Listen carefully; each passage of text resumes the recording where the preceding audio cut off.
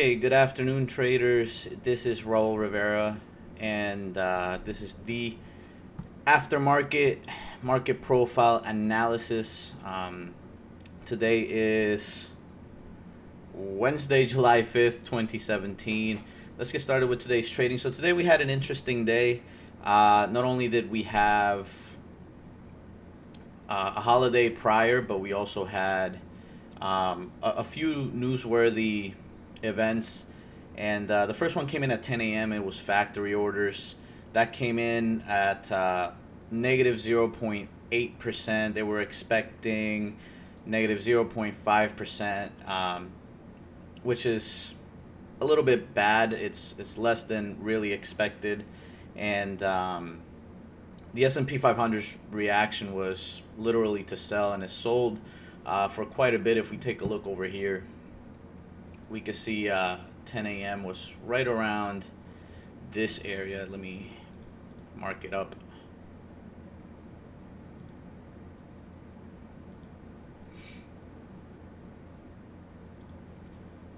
Right around this area right here is the factory orders came in. We could see the initial reaction was to sell off.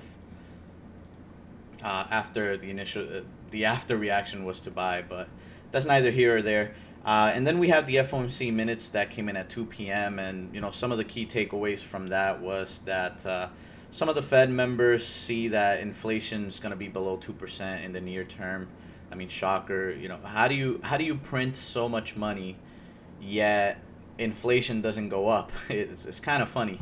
But that's what's been happening. That's what they tell us. So some of the members are going to keep seeing rates, the inflation rate below 2% in the short term. It's going to gradually increase over time. That's what they're saying. And also that the Fed is worried that loose policy can pose increasing risk to financial markets and all that jazz. In about 10 minutes, right now, current time is 4:21 p.m. Eastern time, and in about 10 minutes, we're going to get the API number. That's going to be important for tomorrow, especially since the crude oil inventory report comes out tomorrow at, I believe, 11 a.m., simply because they moved it to a Thursday from a Wednesday because we had a holiday this week, and it was a short week. Taking a look at some of the indices. Here the S&P, we really didn't do much. We remain kind of inside and still very much inside the range that we had on this pretty volatile day here. We've had 3 trading days where we just continue to just trade sideways. Most of these 3 days they were all D-shaped distributions, a lot of consolidation. Taking a look at the Dow futures, again, the patterns on these is very clear. It's a consolidation pattern overall. At some point in time, it's going to break out to the upside or to the downside. We just got to see what side of the wedge it wants to break out of. The one that broke out of its wedge happens to be the NASDAQ. This one created a nice upward wedge and finally broke it out a few days ago, and it's been going lower and lower since. So this one's one of those markets that we've got to look out for, especially. And taking a look at volatility, I showed this chart this morning. Volatility still at pretty much the lows on the year, and we haven't had a year this low since 2014. So volatility is still lacking in the market, but at least with the lack of volatility, we still have some sort of range inside of the S&P.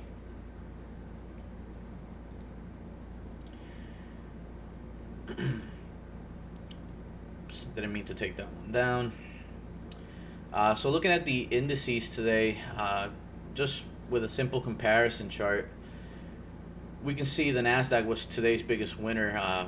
With respect to the S&P 500 futures, it gained 1.19%. The S&P itself was sort of, if we say this is first place, the S&P was in second place today, followed by the Dow in third, and then the Russell 2000 in fourth place. The Russell 2000 was the underperformer of today's session. and more than likely we're going to continue to see this kind of a trend where we have this disparity between the NASDAQ and the indices. It's it's not all that strange at all. It's just the stocks that make up the NASDAQ are getting pounded pretty much, and once you sell something off so hard, at some point it's going to have to get covered. That's why when we take a look at the ES, it's still trading sideways, the Dow still trading sideways, but then you have the NASDAQ that dipped lower, and now it's kind of reverting back to all of this volume area in here.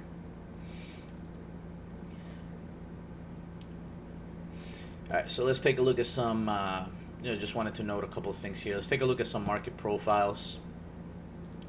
Today, early this morning, we had two levels that got hit. Okay, both levels got hit. The first one was along 24.20 to 18. That was the buy area. We can see just through the view of the profile, letter C was the one that entered into 24.20 to 24.19 and a quarter. That was the low of the day. And then later in the afternoon, after the FOMC minutes, we did hit our sell area of 30 to 32. 30 to 32. And as we can see, we closed down on the day here at 24.2775. Not too bad. We hit the low and we hit the high. Now, I did trade it a bit different than normally. And I was using a pullback strategy here, using our proprietary pullback bar type. And it is pretty unique because we use the pullback bar plus cumulative tick volume plus a breakout oscillator indicator that pretty much gives us, it compares the open, high, low, and close of the current bar to its previous bars, and pretty much allows us to see whether we have a breakout to the upside or to the downside. So I took a couple trades here. Here we can see I took a short here, 24.24 and a quarter, and sold it here. I had about 5 points profits at the lows. I was looking for a little more. I was expecting to for us to at least hit 24.18. The market reversed out of nowhere right after the factory orders, and I ended up selling it there. And on this big spike higher here, we could see on the cumulative volume in the view of a histogram, its volume went from negative to positive. A sudden shift like that intraday doesn't happen very often, and it was a sure sign that the market was pretty much ready to shift in direction as well. The buyers had taken over control from the lows, and they were really buying. And when we take a look at the 50 to 200 lot trader, it was around that time when they really started pouncing into the market and buying it up all the way up until the close. They were buying this market. Going back here to the pullback, we can still see the areas where we hit. We did 24.20 and the low, as I repeated earlier, 24.19 and a quarter. And then at the highs, we can see just all the resistance that occurred up here right after the FOMC. These levels are really good. And that's what the market profile does very well. It profiles both volume and time, and it really shows us where value is in the market. And knowing where value is in the market is extremely valuable, simply because we can use that information to place some really great trades. So I had two fantastic trades. In fact, last week I had one of my worst weeks this year. Well, not really a worst week, but I had one of my worst days of this entire year. I was down $7,000. Today, let me just show you here my spreadsheet just really quickly. With all of the trades that I took, I had a day of $7,155 trading today. Really great day. And it's pretty much a bullish engulfing of last week's $7,000 drop that we see here. On the 27th, I took a $7,062.50 loss, and completely engulfed it today with a really nice $7,155 day, all trading crude oil, gold, and the S&P 500. So these are where my two trades. Short here made 2 points. Long here made 4.25 points. 4.5 points, actually, 4.5. Okay, so that's the S&P 500 and my trading in the S&P 500. Looking at the crude oil market, this one, it kind of failed at its level. It found support there, but it's failed slightly. So we were looking to be sellers in this market, actually. We came in this morning, we split the distributions. We had a D followed by a B early this morning. Oh, and it looks like we just got the API that actually just came in at this moment. So let me switch back to this one here. Ooh, a lot of slippage on that number. So let me just go back here and take a look at the hybrid view. So on the hybrid view, we can see a big tail at the bottom. So they sold it off and then brought it back higher, it looks like. I'm going to have to check later to see what came out of the API, but it looks like something the market really likes, at least after a big sell-off like this. So we had a D followed by a B. We were looking to be sellers. We were looking to sell 70 to 80. 70 to 80. Unfortunately, the market didn't give it to us. If I go ahead and split this, probably make it a little bit easier to see. There we go. So we had a D followed by a B. I was trying to sell. We came all the way up to the 60 area, but not quite inside 70 and 80 before we sold off right out of the gate. So knowing I wanted to be short, again, the market profile is not the only thing that I trade. I trade other strategies as well, but the market profile is my base idea.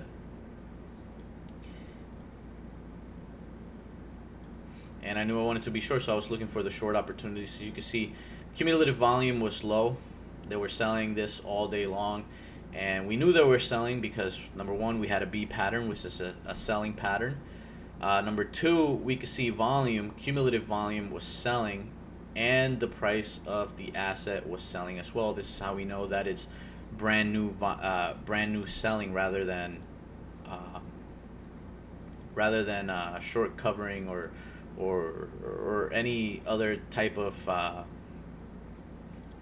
misleading type of trade.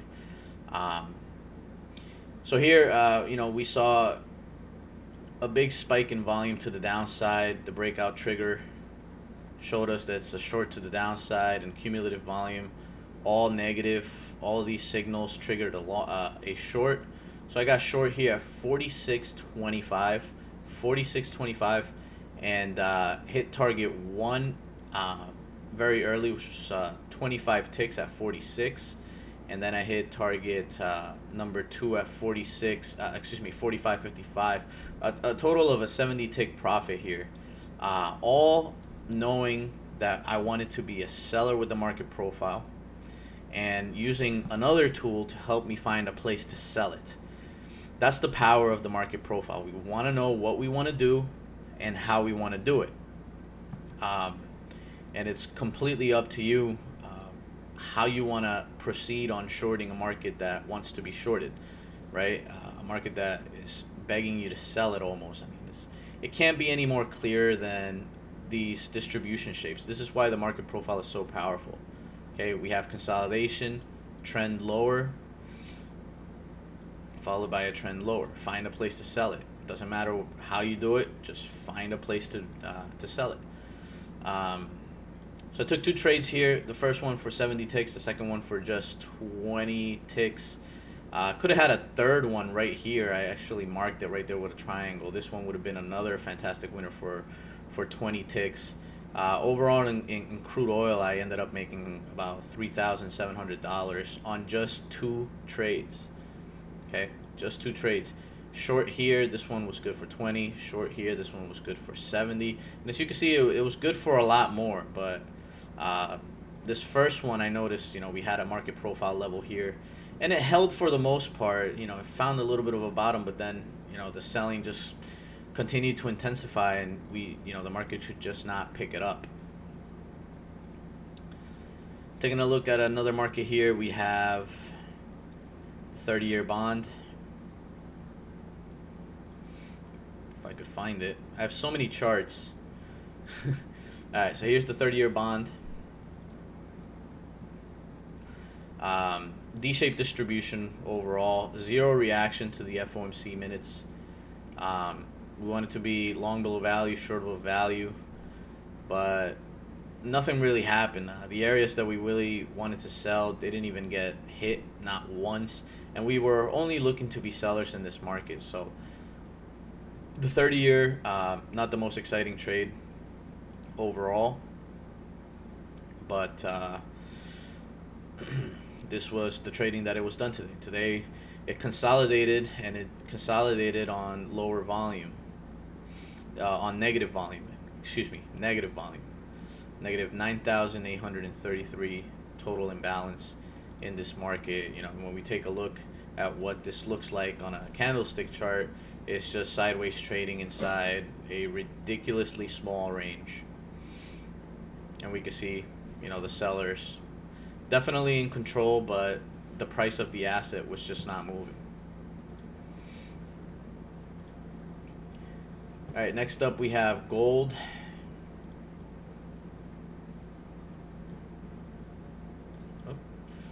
Took a little second there.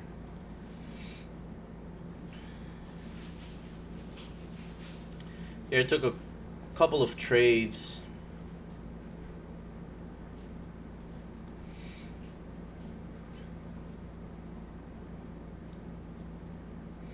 So you can see here, took a long here in gold at 21.20, ended up closing it for 1.5 points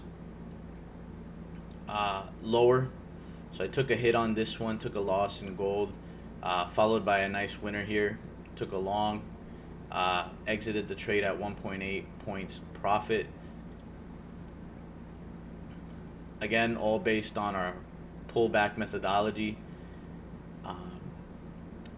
We can see that the market started to shift to the upside here in gold as the S&P was selling off, and we were looking to go long since cumulatively volume was trading higher, and we saw a spike in volume on this bar along with a breakout signal.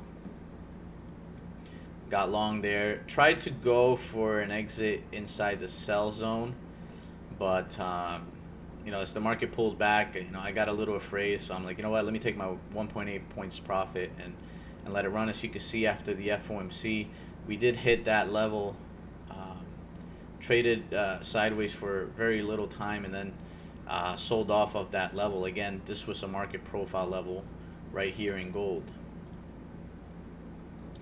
And we knew this very early on, how we wanted to play gold. We saw that it was selling more than anything else. So when we do this split, I'm going to have to do another split here. There we go. We knew we were selling. We had a D followed by a B. The place to do it was right in here. Find a place to sell it. We put out a range, happens to be the value area low and value area high of this level. These two profiles, and that actually ended up being pretty accurate.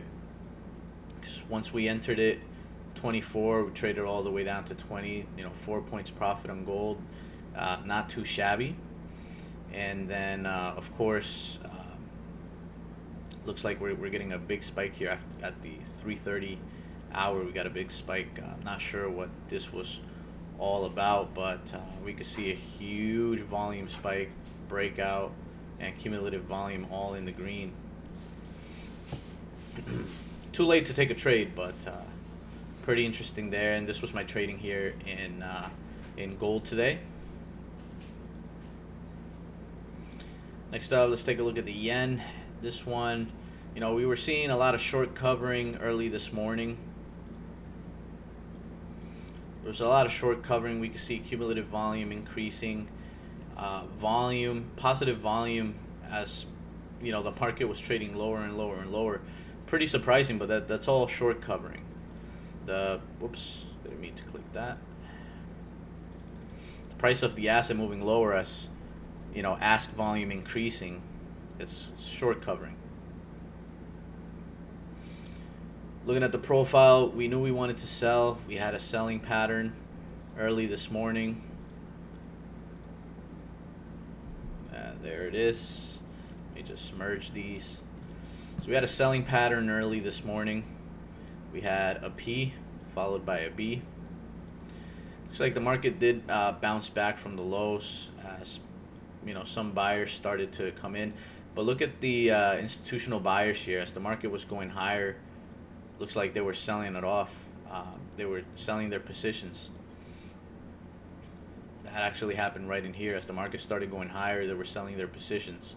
So interesting to be able to see this stuff, and very cool to be able to know, you know, what the large players are doing versus the overall market. And we could do that with our software. So looking at the yen, we were looking to sell. We had a selling pattern. We were looking to sell inside this area highlighted. I can't do these decimals on the yen. It's just ridiculous. But the market entered this area, and, you know, as you can see, we found some fluctuation. FOMC came out, and then we traded lower. But as you can see, I mean, you know, these levels are no joke. I mean, I don't just draw a line and hope and pray that it works. I mean, these levels are statistically proven to work. They work almost every single time. And we could see, you know, the reaction that we got to this area in the yen. It wasn't all positive. It was, you know, consolidation, and then finally a bit of a drop. It knew the market didn't have it in it to move any higher, and we had that information in our hands bright and early this morning. The area we wanted to sell, and if it happened to fail, we wanted to sell all the way up here. But as you can see, none of that really happened. And finally, before we close it out here, I want to take a look at the euro trade. I didn't take any trades in the euro. I only took trades in the S&P crude and gold.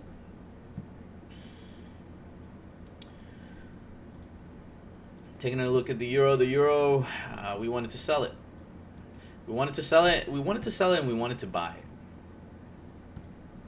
We wanted to sell it, and we wanted to buy it. Early this morning, we wanted to sell it. We had a small P shape, not enough for me to be a P. A D shape followed by a B. I mean, it could be seen through the profile here. We had consolidation followed by a trend lower, and when we split it again, we can see that we came right into the sell area during K period, letter K, and then we sold off from there. So you can see letter K comes before letter O, right, or letter L. We could see letter L traded as low as 13.69 with our sell area around 13.97. So a good 30 ticks of selling from that level, and we can see it here on this view of the profile, right into our zone that we used from the market profile, and from there just complete sell-off to the downside. Came back up, looks like it got right to the tick of our zone and then pulled back a little bit. You know, I would expect it tomorrow, if it can continue higher, it'll probably go past that level. But as for day trading purposes, this was the area to sell it, and that area was spot on accurate. When we use the market profile, especially when I use the market profile, I go for precision over anything else. And you know, I've proven it day and day again how precise I can really be using the market profile, and how precise you could also be by applying these tools and learning these tools to trade the futures for yourself. Alrighty guys, that all about do it for today's segment. I appreciate everybody who stopped by to watch the video. I hope everybody has a great day of trading, and I'll see everybody back again bright and early tomorrow morning. Thanks, everyone.